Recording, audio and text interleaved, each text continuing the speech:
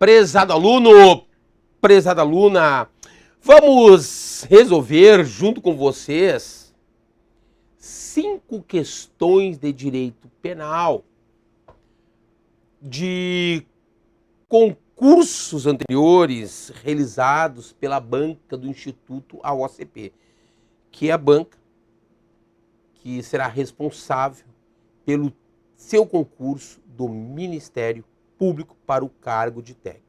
Então, para você ter uma noção de como isso é cobrado, o estilo de questão de prova do Instituto AOCP. Então aí, ó, questão número 1. Quanto à imputabilidade penal, assinale a alternativa correta. Imputabilidade penal, artigo 26 a 28 do Código Penal, que a gente estuda na teoria já do crime. Diz o seguinte: Fernanda, durante uma festa eletrônica, teve, sem conhecimento, 2 comprimidos de êxtase colocados em sua bebida. Após sair do evento, dirigiu em alta velocidade e, ao ultrapassar o sinal vermelho, atropelou um ciclista. Fernanda pode ser considerada inimputável se for comprovado, durante perícia médica, que a mesma era inteiramente, totalmente incapaz de entender ou de determinar durante a ação. Correto, porque nesse caso ela estaria sob uma embriaguez completa acidental, lá do artigo 28, parágrafo 1º do Código Penal, que exclui a culpabilidade, exclui o crime, ela é uma inimputável, então não haverá crime, não haverá pena, ok? Claro, nesse caso ela teria ingerido uma droga, vamos assim dizer, tá? Uma droga, por caso fortuito ou força maior, e estava totalmente, inteiramente incapaz de ter o característico do fato ou de determinar de acordo com esse entendimento. Isso está no artigo 28, parágrafo 1º do Código Penal. Claro, eu nem vou entrar lá na lei de drogas, tem regra específica, mas aqui é para você só entender o que diz, tá? O artigo 28, parágrafo 1º do Código Penal, que traz, sim, uma causa de exclusão da culpabilidade, onde o autor é entendido como inimputável, tá? As demais alternativas, A, B, C e D, considerando o estudo da culpabilidade, principalmente o artigo 20 da imputabilidade penal, o artigo 26 a 28 do Código Penal, estão erradas. No nosso curso completo aqui, dos aprovadores, a gente trata na teoria do crime sobre o plano da tipicidade, da antijuricidade, da culpabilidade, as causas que afastam a tipicidade, as causas que afastam a antijuricidade, a ilicitude, a antinormatividade, os requisitos da culpabilidade, as causas que excluem a culpabilidade, até porque a teoria geral do crime, do artigo 13 a 28 do Código Penal, é um assunto extremamente importante para a sua prova. Tá? E aqui é um exemplo, você vê, de questão do Instituto AOCP, que não cobra a letra da lei diretamente, né? Deu aqui uma situação hipotética, um caso concreto, e nós temos que aplicar a lei no caso concreto. E no nosso curso, nós explicamos exatamente item por item de como você deve saber, de como você tem que compreender a legislação para resolver as questões de prova e acertar as questões de prova, ok? Próxima questão, número 2. Está prevista como crime a conduta de patrocinar direto ou indiretamente interesses privados perante a administração pública, valência da qualidade de funcionário. Diante do exposto, assinale a alternativa que apresenta o crime a que o funcionário público estará sujeito a cometer tal conduta. A resposta aqui é a alternativa B, né? Alternativa B, advocacia administrativa, artigo 321 do Código Penal. Já essa questão aqui, olhem que interessante, a banca do Instituto AOCP copiou na literalidade da lei. Se você abrir os crimes funcionais no Código Penal, do artigo 312 ao 327 do Código Penal, que são crimes que somente podem ser praticados por quem for um funcionário público contra a administração pública, nós temos no artigo 321 o crime de advocacia administrativa, que é quando o funcionário público patrocina, conduz, né, de modo direto ou indireto, interesses privados, interesses de particulares perante a administração pública, valendo-se, utilizando-se da qualidade, da facilidade de ser funcionário público, por exemplo, naquele órgão. Esta conduta, sem ganhar nada, é crime pelo Código Penal e o funcionário público poderá responder penalmente e administrativamente, porque, por conseguinte, é falta funcional responder um processo criminal e um processo administrativo disciplinar, ok? Essa questão aqui do Instituto OCP testa única e exclusivamente do candidato o conhecimento da lei. Por isso que, em nossas aulas de direito penal, nós alertamos os nossos alunos. Olha aqui, ó, o primeiro passo para o aluno, o primeiro passo para a aluna é a leitura da legislação. Ler a legislação. Conhecer os tópicos que são cobrados no âmbito do direito penal. E nós, no nosso curso, a gente alerta o aluno, a aluna, exatamente do que deve ser lido. Aí sim, durante as aulas, nós vamos explicando cada um daqueles institutos para que você, aluno, para que você, aluna, esteja preparado, esteja preparada para qualquer tipo de questionamento. Seja uma cobrança literal da lei, só basta conhecer a lei, seja uma questão mais doutrinária, mais de situações fáticas, que nós temos que aplicar a lei ao caso concreto. Por isso que o nosso curso é completo para a sua aprovação, ok? Alternativa A trata do crime de condescendência criminosa, que também é crime funcional. Artigo 320 do CBP, violência arbitrária. Artigo 322 do CBP, que nós já entendemos revogado pela lei do abuso de autoridade. Prevaricação, artigo 319, e corrupção passiva, artigo 317, né? E esses crimes funcionais, esta matéria de crimes funcionais, ela é constantemente cobrada em prova. Você tem que saber o nome do tipo penal, né? No que consiste aquele tipo penal, os elementos do tipo e, quiçá, saber a pena, né? Saber a pena do crime, né? Pelo menos aqueles mais relevantes. E no nosso curso nós destacamos ao aluno, à aluna, quais são os tipos penais, quais são os crimes mais importantes. Porque isso também é obrigação do professor, né? Alertar o aluno, alertar a aluna daquilo que tem que dar uma atenção maior do que é mais cobrado em prova, em detrimento àquilo que é menos cobrado, até para ajudar a sua organização, ajudar o seu estudo. Questão 3, vamos lá? Em relação ao crime consumado, de acordo com o artigo 14 do Código Penal Brasileiro, é correto afirmar que ele ocorre. Também aqui é uma questão que basta conhecer os termos da legislação. Basta conhecer a lei. A alternativa correta é a D, quando nele se reúnem todos os elementos de sua definição legal. Artigo 14, inciso 1º do Código Penal. Ou seja, quando a gente estuda lá na teoria já do crime, regras sobre os crimes, nós sabemos que os crimes podem ser consumados ou tentados. O que é um crime consumado? É quando a conduta do autor, artigo 14, inciso 1º do Código Penal, é quando a conduta do autor encaixa-se em todos os elementos do tipo penal. No homicídio de matar alguém, matou alguém, o homicídio está consumado, o homicídio está perfeito, o homicídio está acabado.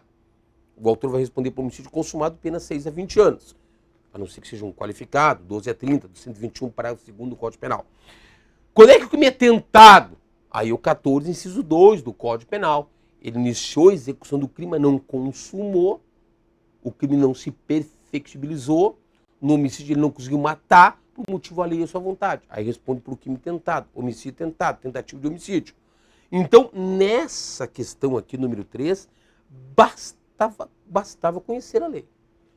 Bastava o aluno conhecer o artigo 14 do Código Penal, que a gente estudei na teoria do crime. Repetindo, no direito penal os crimes podem ser consumados ou tentados, né? Então, a questão 3, né? A alternativa D, né? O crime será consumado quando nele se reúne todos os elementos de sua definição legal, quando a conduta do autor encaixa-se em todos os elementos do tipo penal respectivo, 121, 155 e assim por diante. Exatamente baseado no artigo 14, inciso 1º do Código Penal, as demais alternativas estão erradas. 4. De acordo com o Código Penal, assinale a alternativa correta. Então aqui, a banca examinadora cobra conhecimento de regras do Código Penal. Voltando, é uma questão aqui também que copiou os termos da lei. Então o primeiro passo é ler a legislação. Mas agora é claro, não adianta você ler 1, 2, 3 vezes a legislação sem entendê-la. E é isso que nós auxiliamos também o aluno no curso. Entender os termos do Código Penal. A correta aqui, alternativa C. Para os efeitos penais, considera-se como extensão do território nacional as embarcações e aeronaves brasileiras de natureza pública ou serviço do governo brasileiro, onde quer que se encontrem, bem como as aeronaves, embarcações brasileiras, mercantes ou de propriedade privada, que se acham respectivamente no espaço aéreo correspondente ou em alto mar. Quando a gente trata da aplicação da lei penal no espaço, o princípio da territorialidade, artigo 5º e parágrafos do Código Penal, ok? Ou seja, o Código Penal define qual é o limite físico de validade territorial da nossa lei penal, chamado princípio da territorialidade, artigo 5º do Código Penal. O artigo 1º ao 12 tratam de regras da aplicação da lei penal, de introdução ao Código Penal. E aqui é, no caso, o artigo 5º. A alternativa A está incorreta, no sendo artigo 2º do Código Penal, tá? Bem como a alternativa B, no artigo 2º e artigo 5º, inciso 40 da Constituição Federal, que trata da irretroatividade da lei penal mais severa ou retroatividade da lei penal mais benéfica. A C falamos. A letra D está errada, no artigo 4º do Código Penal, regrinha sobre o tempo do crime para fins de aplicação da lei penal, a teoria da atividade. E a alternativa E está errada também no artigo 5º e parágrafos do Código Penal, no que tange a aplicação da lei penal no espaço. O artigo 5º trata sobre o limite de validade física, territorial da lei penal, tá? Brasileira, lei que trata sobre crime e sobre pena.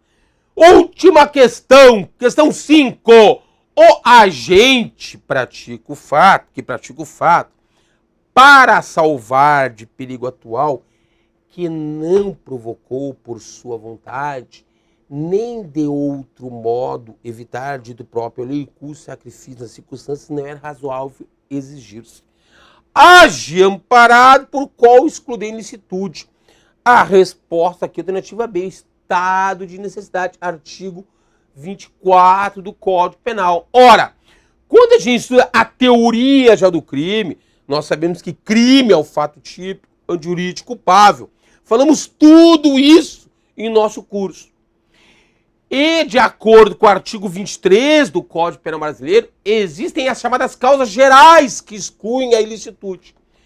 Causas gerais que excluem a antijuridicidade do fato. O fato é típico, mas não vai ser antijurídico, não vai ser ilícito, não vai ser antinormativo e não vai haver o crime. E dentre as causas gerais que excluem a ilicitude, a antijuridicidade, a antinormatividade, forte no artigo 23 do Código Penal, nós temos a legítima defesa, o estado de necessidade, o estrito cumprimento do dever legal, o exercício regulado do direito. E o artigo 24 do Código Penal, ele conceitua o que seja estado de necessidade, e o artigo 25, com o parágrafo único que entrou recentemente, por força da lei do chamado pacote anticrime, incluiu o parágrafo único do 25, trata do que seja legítima defesa. E nesse caso, este conceito aqui trazido é o conceito de estado de necessidade, que é uma causa assim que exclui ilicitude, né? E nós não podemos confundir, então, o estado de necessidade, do artigo 24, com a legítima defesa do artigo 25. Ambas são causas excludentes da ilicitude, da anti-ilicitude, da antinormatividade, mas são institutos diferentes, né? Cada um com as suas características, e claro que durante o curso a gente explana, fala, exemplifica, para que você entenda. Aqui o objetivo é ver como que é cobrado. Aqui também bastava o aluno, o candidato, a candidata conhecer a lei. Mas, de novo, de nada vai muito adiantar para um concurso como o do Ministério Público conhecer a lei se eu não entender a lei.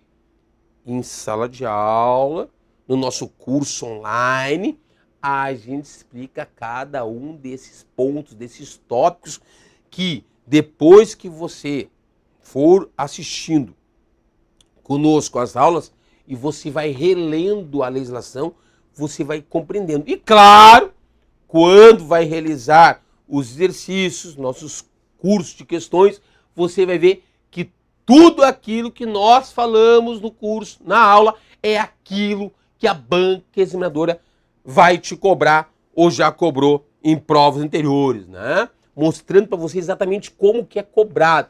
Então aqui é uma simples noção de como os assuntos têm sido cobrados em prova de direito penal pela banca do Instituto OACP, tá bom?